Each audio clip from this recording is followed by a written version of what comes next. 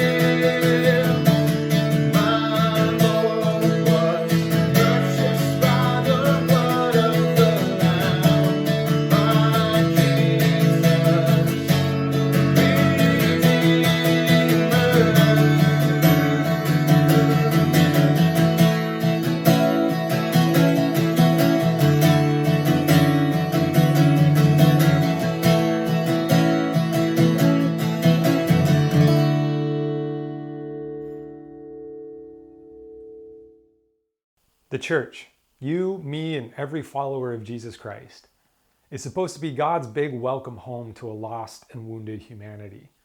To do that, to deal with the wound in ourselves and point the way to healing for others, we first have to receive and embody the spirit of humility, love, compassion, and justice of Jesus Christ. That should be our driving purpose as a church, because that's when we become a city on a hill with our lights on and our tables set for every weary and worried traveler in a broken world, just like Jesus said. But Jesus also told a story to warn us that being a good member of a religion or church doesn't automatically get us there. He said, "A man was going down from Jerusalem to Jericho and fell into the hands of robbers, who stripped him, beat him, and went away, leaving him half dead. Now by chance a priest was going down that road, and when he saw him, he passed by on the other side. So likewise a Levite, when he came to the place and saw him, passed by on the other side. But a Samaritan, while traveling, came near him, and when he saw him, he was moved with pity. He went to him and bandaged his wounds, having poured oil and wine on them. Then he put him on his own animal, brought him to an inn, and took care of him. The next day he took out 2 denarii, gave them to the innkeeper, and said, 'Take care of him, and when I come back, I will repay you whatever more you spend.' Which of these 3 do you think was a neighbor to the man who fell into the hands of the robbers?" The man said, "The one who showed him mercy." Jesus said to him, "Go and do likewise." This story haunts me because of how easy it was for the religious leaders to pass by the wounded man and leave him in his pain. It also haunted J.M. Darley and C.D. Batson. They were psychology researchers at Princeton, and they did an experiment in the early 70s to figure out why some people just walk past others in need and why some people stop to help. In the experiment, Darley and Batson recruited some seminary students who had dedicated their lives to studying the Bible. They had each of them prepare a talk, either a sermon about the Good Samaritan story we just read, or a talk about jobs for students at the seminary. They wanted to see if studying the Good Samaritan story had an effect on whether or not a student would stop to help someone in need. For Christians, that question hits kind of close to home.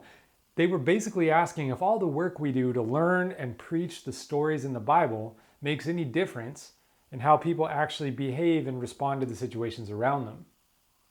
So the seminary students prepared their talks. After a few days, they were told to report to a certain building to fill out a questionnaire.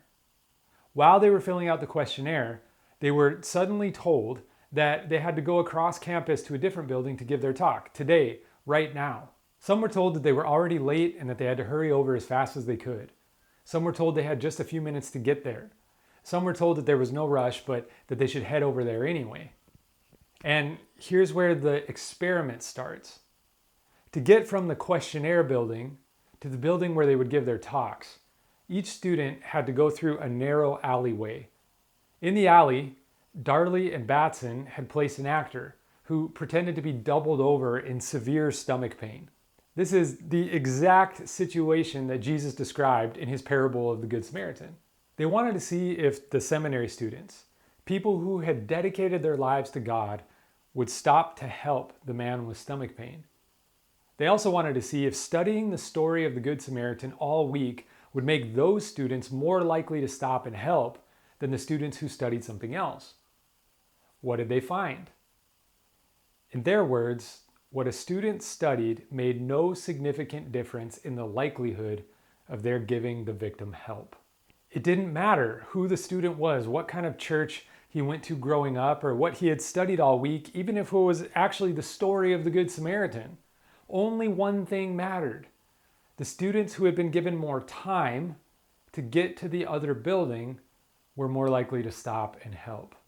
The more rushed the student felt, the less likely they were to even notice the man in pain. There's a basic lesson here, and it's kind of horrible.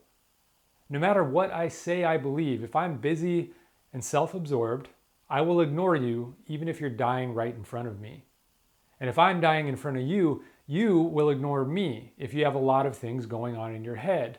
And even our religion that tells us that we're supposed to stop and help each other can actually be the thing that makes us busy, hurried, self-absorbed, and unlikely to help people when they're in need. Here's a list of things that Paul says we need to do to be the city on the hill, God's big welcome home to a wounded world. He says, let love be genuine, hate what is evil, hold fast to what is good, love one another with mutual affection, outdo one another in showing honor, do not lag in zeal, be ardent in spirit, serve the Lord. Rejoice in hope, be patient in suffering, persevere in prayer, contribute to the needs of the saints, extend hospitality to strangers. Bless those who persecute you, bless and do not curse them. Rejoice with those who rejoice, weep with those who weep, live in harmony with one another. Do not be proud, but associate with the humble. Do not claim to be wiser than you are. Do not repay anyone evil for evil, but take thought for what is noble in the sight of all. If it's possible, so far as it depends on you, live peaceably with all. Beloved, never avenge yourselves, but leave room for the wrath of God. For it is written, vengeance is mine, I will repay, says the Lord. No, if your enemies are hungry, feed them. If they are thirsty, give them something to drink. For by doing this, you will heap burning coals on their heads. Do not be overcome by evil, but overcome evil with good. The whole thing depends on compassion, real concern for the well-being of others. That's the kind of community that I want to live in. That's how Jesus wants the world to see us, his followers. And the sad, simple truth revealed by this experiment is that being a little self-absorbed, a little busy, or in a bit of a hurry makes it all pretty much impossible for us to do, even when there's someone in pain right in front of us. But in Jesus' story, there is one man who stops to help the wounded man, the Samaritan, the racial and religious outcast. What was going on with him that made him stop? If everyone is busy and self-absorbed and in a hurry, how do we explain the people in our world who are actually able to slow down and show compassion when it counts? Did the Samaritan just have nowhere to be, or is there something deeper going on here? A few years ago, brain researchers Daniel Goleman and Richard Davidson worked on that question. They had some tools that Darley and Batson didn't have in the 70s, the ability to watch what happens in the brain in response to certain situations. For their experiments, they put people in MRI machines. They showed them pictures of people in pain, people with burns and other injuries, people screaming, people crying, people who were afraid. And as they showed their subjects these pictures, they scanned their brains to see what was happening as they looked at them. Some people couldn't handle seeing the suffering of others. They turned away or closed their eyes, but not because they were just cold-hearted. Their brains showed that they were actually feeling the fear and suffering of the people in the pictures in a way that made them suffer too. The problem was that it was too much, it was too real, and they had to look away. There were other people who didn't look away. Their brains showed that they were able to recognize the suffering of the people in the pictures, but they were also able to recognize that the suffering in the pictures was not actually happening to them. They kept their thoughts and feelings stable, still caring for the pain of others, but with enough detachment that they didn't have to look away from the picture. Their brains showed no fear or anger, but just empathy and a willingness to act. Based on their findings, Goleman and Davidson were able to identify 3 levels of compassion. At compassion level 1, I feel the pain of others, but I feel it selfishly. I feel like it's happening to me, or like it will happen to me if I get too close to the suffering person. I avoid people who are suffering to protect myself. In other words, I'm a priest who sees a wounded man on the side of the road, but I cross to the other side so that I don't become unclean with his suffering and pain. At compassion level 2, I feel the pain of others, and I'm still worried that it will happen to me. But now I get angry about the system, the conditions that caused the suffering in the first place. I find people to blame and demand that things change. Someone should do something about the economy, racism, toxic masculinity, or healthcare. Look at all those people who are suffering. That could be me if we don't change things. At compassion level 2, I'm starting to realize that something needs to be done about the suffering that I see, but I believe that someone else fixing the system is the answer. I'm a Levite who sees a wounded man on the side of the road, so I hurry back to my synagogue to tell everyone that someone needs to do something to make the road to Jericho safer for all of us. I don't even see that what I did was leave the wounded man in his suffering, and I didn't see it because I'm so busy trying to fix what I see as the bigger problem. At compassion level 3, I understand that the suffering of others won't get on me if I get close to them. I also understand that I don't have the resources or the strength to make everything right so that no one ever has to go through this pain again. But I do know that I can do something about the suffering that's right in front of me. At compassion level 3, my heart is quiet and my mind is paying attention. I'm awake to reality and it's not all about me. I feel no fear or anger. I can actually see the suffering person right in front of me. I listen and learn what he needs. I use my own limited resources to help. I stop, I help as best as I can, and then I move on. At compassion level 3, no one sees my effort. I don't fix the system. I get no credit or recognition. I'm just a Samaritan, and no one cares about me. But I end up being the only one who actually does anything to heal the world. Now, if you've ever suffered around Christians, you've met all three of these people. You've met the people who don't really want to know what you're going through, who don't listen. They want to quickly explain why God let this happen to you and what good is going to come out of it so that they can avoid the hard reality of your suffering for themselves. They have other things they're worried about and they just don't have time to get tangled up with your pain. And they experience a lot of anxiety when they're around you because your pain is all about them. You've met the people who are angry with God for letting you suffer, or with the devil, or with the world. They want to turn the whole thing into a philosophical debate about the system, about sin, about God's sovereignty, or whatever. They need to understand the big picture of what's happening so that they can feel like they have some control over it.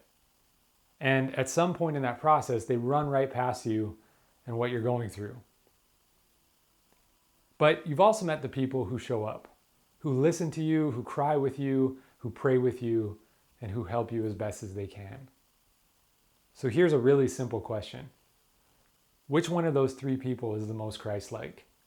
Which one brings you the most comfort? Which one feels like God is actually there to welcome you home, to put his arm around you, even in your suffering? I think we can all agree that our world needs a lot less of level 1 and level 2 compassion and a lot more of compassion level 3. But here's the problem. I already know I'm supposed to follow Christ into compassion level 3.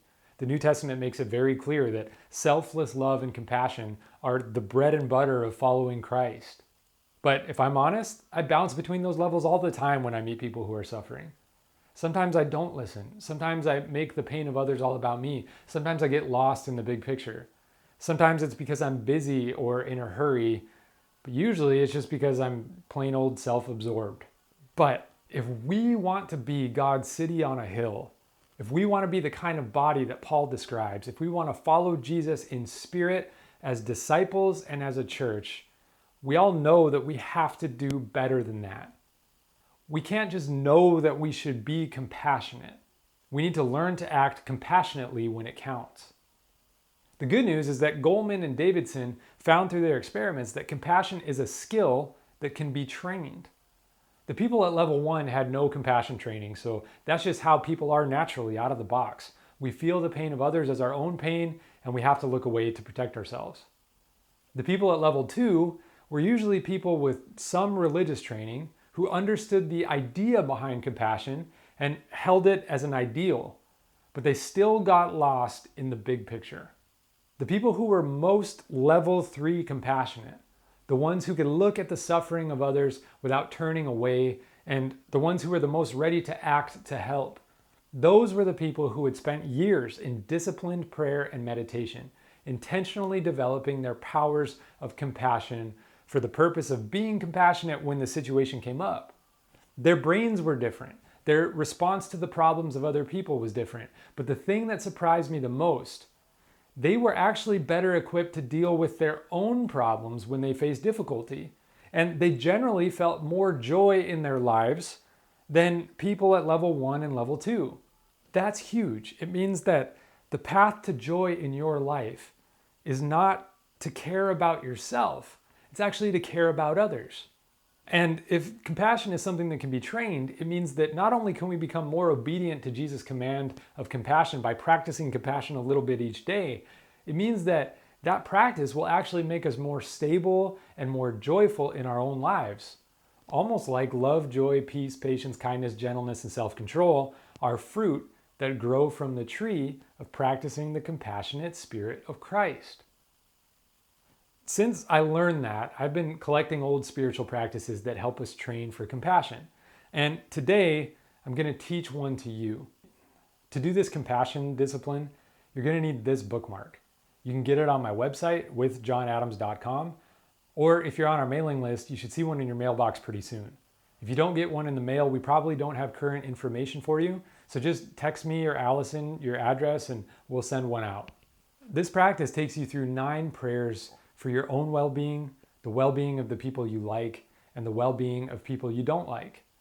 I've been doing this exercise this week, and it's helped me follow what Jesus and Paul teach about praying for your enemies, and what John teaches about loving our brothers and sisters. I think the most amazing thing that it's helped me realize is that the cure for the people who I struggle with, the people that rub me the wrong way, isn't that they would be punished or humiliated. It's that they would be healed and brought into well-being, because the reason I struggle with them is because they're just not doing very well in their lives. Another thing this helps with is that sometimes we don't know how to pray for people because we don't actually know what they need. But these things that we're praying for here, they're things that all human beings need in order to flourish and become who they're meant to be. And so you might not know exactly how to fix the world and the situations that we're in right now, but I do know that if the Lord grants us these requests for the well-being of all people, the world can't help but be healed, because it'll be healed from the inside out. The instructions for this practice are on the bookmark, and they're pretty simple. First, you read one of the Bible passages that I listed on the back. There's 7 of them, so you've got one for each day of the week if you want. And then you fill in the he, she column and the they column. To do that, you pick a specific person that you like, one you love, one that doesn't cause you any strong feelings, and one who makes you suffer when you think of them. I like my friend Raymond, who usually cuts my hair, but I can't go see Raymond this week, and so my wife Belen, who I love, cut my hair. I feel neutral about a guy named Tim, who sold me a replacement blower motor for our AC unit this week, and I'm not going to tell you the real name of someone who makes me suffer, because I don't think that would be fair. We'll just call him Anthony, and he is super hard to be around. So I'll write all those in the he, she column, and then I'll do this for groups of people too. I like the people in Texas where I live. I love the youth group that I disciple. I feel neutral about Buddhists in general because I don't know very many of them. And I suffer when I think about Christians who don't act like Christ. Now that I've got my 2 lists, I'll pray each of these 9 prayers for myself and for all the people on my lists. And I'll try to mean each prayer with my heart. Here's how that would go with the first one. Lord, bring peace, joy, and lightness to my body and spirit. Lord, bring peace, joy, and lightness to Raymond in body and spirit. Lord, bring peace, joy, and lightness to my wife Belen in body and spirit. Lord, bring peace, joy, and lightness to Tim in body and spirit. Lord, bring peace, joy, and lightness to Anthony in body and spirit. Lord, bring peace, joy, and lightness to the people of Texas in body and spirit. Lord, bring peace, joy, and lightness to our youth group in body and spirit. Lord, bring peace, joy, and lightness to our Buddhist neighbors in body and spirit.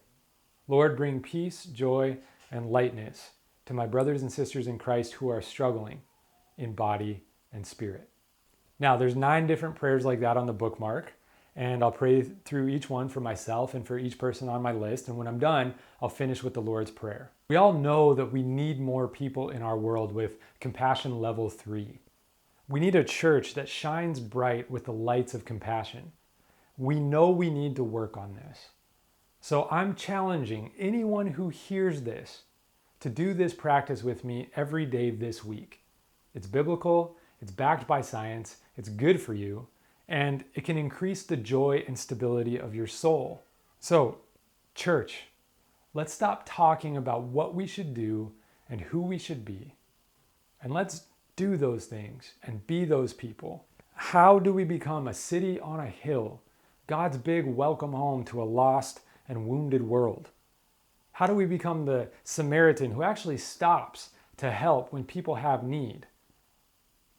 We train for it until Christ is formed in us.